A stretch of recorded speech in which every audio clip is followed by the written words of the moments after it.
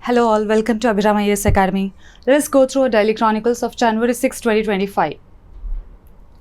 So we have one detailed analysis topic. It is important for both our prelims and mains. That is regarding the defense deals Rafale and Scorpene class submarines.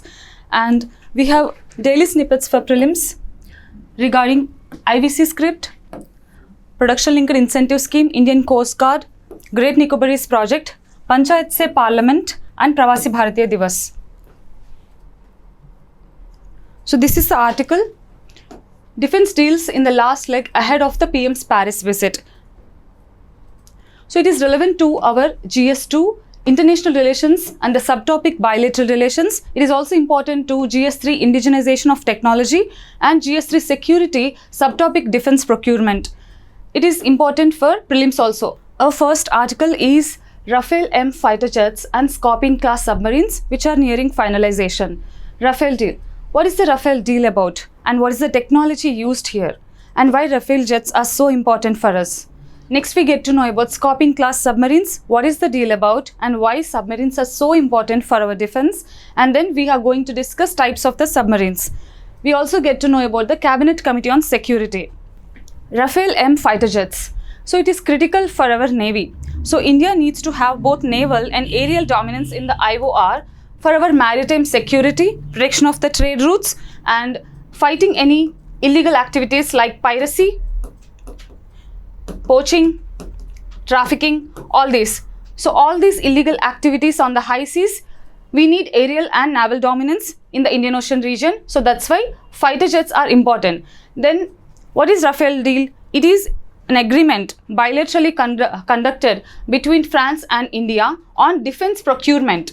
Okay, defense procurement, and it is a deal consisting of 22 single-seater and 4 twin-seater, twin-engine, deck-based fighter jets. What is twin-engine, deck-based fighter jets? Twin engine is basically double engine for higher performance. Then it is deck-based. That means it can be launched, it can land, and it can take off on a shorter length, that is on a deck.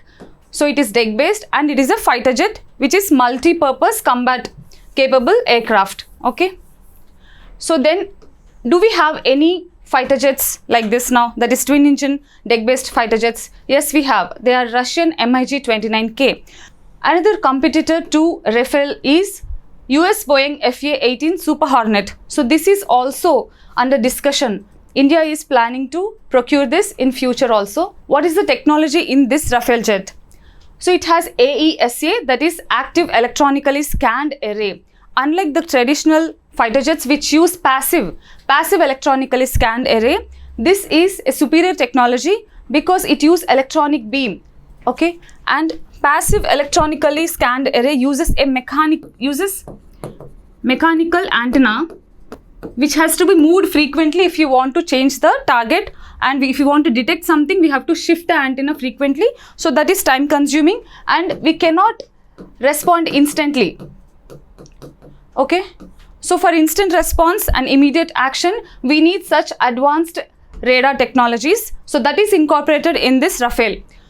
So it has superior detection capabilities also. It has a wider frequency. Why is wider frequency important? So usually there are multiple frequencies on which these fighter jets can communicate and operate. So if our adversary detects us on one frequency, we can skip on to other one. So it gives us the stealth required. Okay, so that's why wide frequency range is necessary. And then low probability of interception. So that's why it has low probability of interception, because it is difficult to detect and it has superior detection capabilities also. Then passive electronically scanned array are used in existing aircrafts like MiG-29K, Sukhoi 30 and our Tejas Mk1 also. Why Rafale jets? So we don't have our own active electronically scanned radar. That is being developed under the name Uttam. Okay. So till we develop this, we need some superior technology to enhance our capabilities of Navy.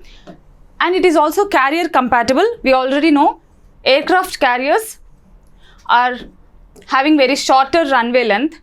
So it has to be carrier compatible. What are our aircraft carriers? It is Vikramaditya and Vikrant. We got it from Russia, and this is indigenous. Okay, Vikrant is indigenously developed. Then maritime security of the IOR region also, Rafale jets is important, we have already discussed that. And we need to have aerial and naval dominance. Why? To protect the trade routes, and if there is any crisis in the mid-ocean, we have to immediately respond. So that's why these fighter jets are important, and also it projects us as a powerful nation. It acts as a deterrent against our adversary by posing us as a powerful nation. Next, Scorpene class submarines. It is basically again Indo-French agreement only, but it is not a procurement agreement, it is a technology transfer agreement, whereas Rafale is a procurement agreement. Okay, so this is technology transfer agreement. We ourselves are manufacturing these submarines indigenously. So under project 75, we are manufacturing these Scorpene class submarines from French technology. So it is a diesel electric attack submarine. So there are numerous propulsions. One of them is electric. There can also be nuclear propulsion, which gives longer endurance, we all know. So then why do we need these Scorpene class submarines? Because our own project 75 Alpha is delayed. Okay, what is project 75 Alpha? It is to enhance our deterrence and take it up to strategic level because of nuclear submarines. By developing nuclear submarines, so we don't have it yet, it is still under development stage. So we need Scorpene class submarines to fill this critical gap, and it is being manufactured at Mazagon Dock Shipyard Limited of Mumbai, and already 5 of the 6 Scorpene class submarines are inducted. They are Kalvari, Khanderi, Karanj, Vela, Vagir and Vagshir. Vagshir is to be inducted soon into the Navy. Let us understand the significance of submarines. So why are submarines important?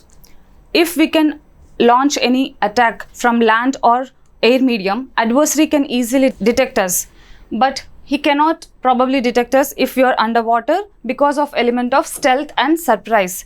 So that is the advantage of submarine. Then it can offer strategic deterrence. What do we mean by strategic deterrence? So if an enemy launches attack and decapacitates both our land and aerial capabilities of launching any nuclear missiles, we can still launch an attack through water, underwater, through nuclear submarines. So that's how we can get strategic deterrence through submersible ballistic nuclear. Versatile strike capabilities. So it can also, the submarines can also offer versatile strike capabilities apart from offering strategic deterrence. So we can launch strike and be combat ready through our submarines like SSN, that is Ship Submersible Nuclear, SSGN, that is Ship Submersible Guided Nuclear, and SSK, that is Ship Submersible Killer. Okay, such submarines offer us versatile strike capabilities which are important for combat situations. Then they can also gather intelligence for us. So how they can go underwater undetected and observe the adversary's moves by collecting signal intelligence and electronic intelligence. So signal intelligence and electronic intelligence can be gathered by going underwater and detecting our enemy's moves. Then SDVs, that is swimmer delivery vessels. So what are these? So in some cases we might need smaller vessels to carry some swimmers who are combats. Okay, someone like Marcos or marine commandos. To launch any covert operations, we need vessels like this to deliver these combatants and conduct the covert operations. And then we have endurance also. They give endurance like SSN and SSBN, that is Ship Submersible Nuclear and Ship Submersible Ballistic Nuclear. Because they are nuclear powered, they don't need to come up frequently for recharging their batteries. Then what are the different types of submarines? SSBN Project 931. So Project 931 is an indigenous program to develop strategic deterrence by developing nuclear capable submarines, nuclear attack capable submarines. So they are Arihant and Arighat. So INS Arihant and INS Arighat. Then we have SSN. SSN is Ship Submersible Nuclear. Example for this is ISN Chakra. So that is a nuclear powered submarine. It can launch torpedoes from underwater and attack our adversary. So example is INS Chakra. Next, SSK, that is Ship Submersible Killer. Okay, it can also attack, but it is not nuclear powered. It might be diesel electric submarine like Scorpene. So here comes Scorpene, like INS Kalvari and INS Sindhugosh and Shishumar also. These are examples of ship submersible killer. Then we have ship submersible guided nuclear. They are capable of launching cruise missiles for precision attacks. India doesn't have this capability yet, but we can still launch our missiles, cruise missiles like BrahMos from INS Arihant and INS Chakra. Then midget submarines we have already discussed. They are nothing but small submarines which can deliver these swimmer for covert operations. Example is Dolphin class submarines, but they are already retired. And now we have only swimmer delivery vehicles. What is Cabinet Committee on Security? Cabinet Committee on Security is the apex body which decides on all the matters related to national security, defense, internal and external threats and emergencies. So this is the apex body and it takes all the policy and any crisis decisions. So how does it operate? So usually a ministry or department may notify its demand or issue and present it to the Cabinet Secretariat. Okay, Cabinet Secretariat, if it is important, will put that on the agenda of discussion in the Cabinet Committee of Security, and then Cabinet Committee on the Security, if it approves and it will decide something, that decision will be finally implemented by the ministry. So this is the process. So the current defense deal is around $10 billion. Okay, it is likely to be placed in Cabinet Committee on Security. Next, what is the composition of Cabinet Committee on Security? So we have the chairman, PM, Prime Minister, and who are the members? They are the ministers like Home, Defense, Finance and External Affairs. And there are also discussions with other officials like National Security Advisor and also Chief of Armed Forces, who is the head of all the three divisions of the armed forces, that is Army, Navy and Air Force. Stalin announces $1 million prize for those who decipher IVC script, that is Indus Valley Civilization script. So why is Tamil Nadu connected to IVC? Because 60% of the scripts, pictographic scripts or graffiti scripts, are connected to IVC in Tamil Nadu. Okay, they have parallels. So that's why Tamil Nadu is interested in deciphering this Indus Valley Civilization script. So John Marshall has played an important role in documenting all these scripts. And he was Archaeological Survey of India head in the past and he excavated Mohenjo-daro. So this site was excavated by John Marshall. And who excavated Harappa? It is Dayaram Sani. Then, why is IVC important? Because earlier Aryan civilization and Sanskrit language thought to have been originated from India, but the discovery of IVC sites has challenged this, that IVC are the predecessors to Aryans and they are the indigenous people. So that's why discovery of IVC is significant. Next, so these are the sites. Let us look at the sites in India. So major sites are Kalibangan, it is in Rajasthan. Then we have Rakhigarh site, it is in Haryana, okay, in Hisar region. And Dholavira is near Bhuj in Gujarat. And another site is Lothal, which is near Ahmedabad. So here we have Harappa and here we have Mohenjo-daro. Next, PLI scheme for steel has extended. What is PLI scheme? Production linked incentive scheme. Mainly it is to incentivize the manufacturers which are prominent for exports. Okay, so indirectly, without having any link to the exports directly, we are encouraging the manufacturers who are significant for the exports. And it was launched in 2020 and it have incentives only for the incremental sales, not like the previous percentage of volume or value of the exports.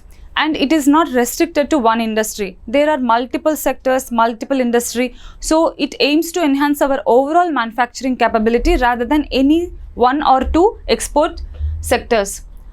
So that's why it has no problem with WTO also. So it is focusing on manufacturing, indigenization, and it enhances our global competitiveness. It will reduce our import dependence indirectly because it exports a lot and earns some foreign exchange reserves also. It is also important for job creation. Next, it is also WTO compliant, which means there are some rules which allow such subsidies because it is not the percentage of whole production. It is rather just limited to incremental sales only. So this is permitted under WTO. And it is not limited to one industry, we have already discussed. There is also no local content requirement percentage. It will encourage indigenization, but it has no local content requirement, which will be a problem with WTO rules. Then it focuses on manufacturing output rather than exports. So that is why it is WTO compliant. Next, if you look at major sectors under PLI, which sectors have performed well? It is bulk drugs and telecom. Okay, 138% telecom and 148% bulk drugs. And some sectors have performed satisfactorily. They are pharma, food products, white goods, that is refrigerator and AC, all these are white goods. Then specialty steel also. Indian Coast Guard. So our next article is related to Indian Coast Guard. A Coast Guard helicopter has crashed near Porbandar, killing 3 people. So let us have a look at Indian Coast Guard. What are the roles and responsibilities?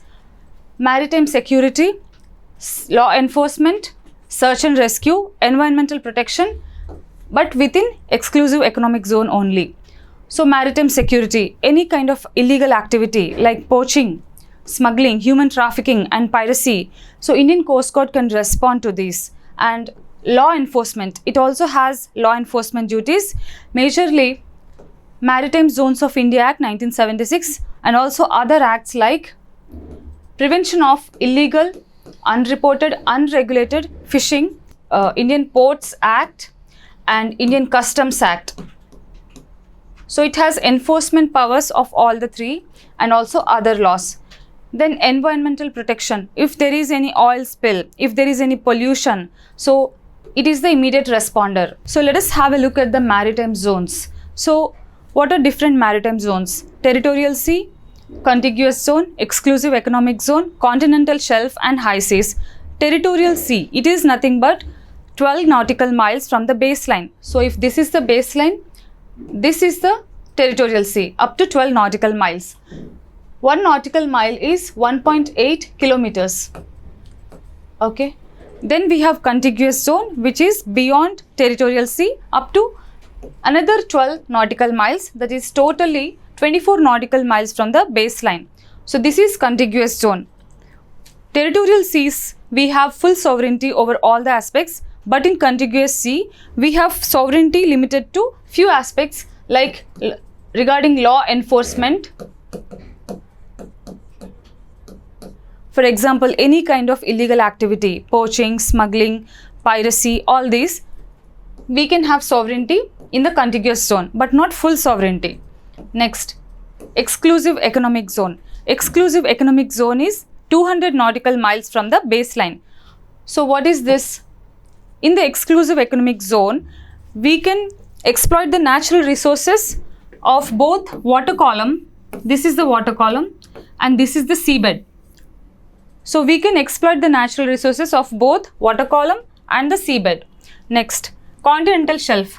Continental shelf is beyond exclusive economic zone and it can extend till the end of the continental shelf naturally. Usually it can extend up to or beyond 350 nautical miles. So what is the difference between exclusive economic zone and the continental shelf? In exclusive economic zone, we can exploit both water column and the seabed. But in continental shelf, we can only exploit the seabed, not the water column. And beyond this, we have high seas. Okay, high seas. Here, we don't have sovereignty. these are international waters and they are governed by UNCLOS, that is International Convention on Law of Seas. Next. So Indian Coast Guard comes under the Ministry of Defence. It is a separate force. It is not under armed forces, that is Navy. It is a separate force, but it closely coordinates with these bodies to ensure maritime security. What is the command structure? So we have 3 commands, that is Eastern Seaboard, Western Seaboard and Andaman Nicobar Command. Okay.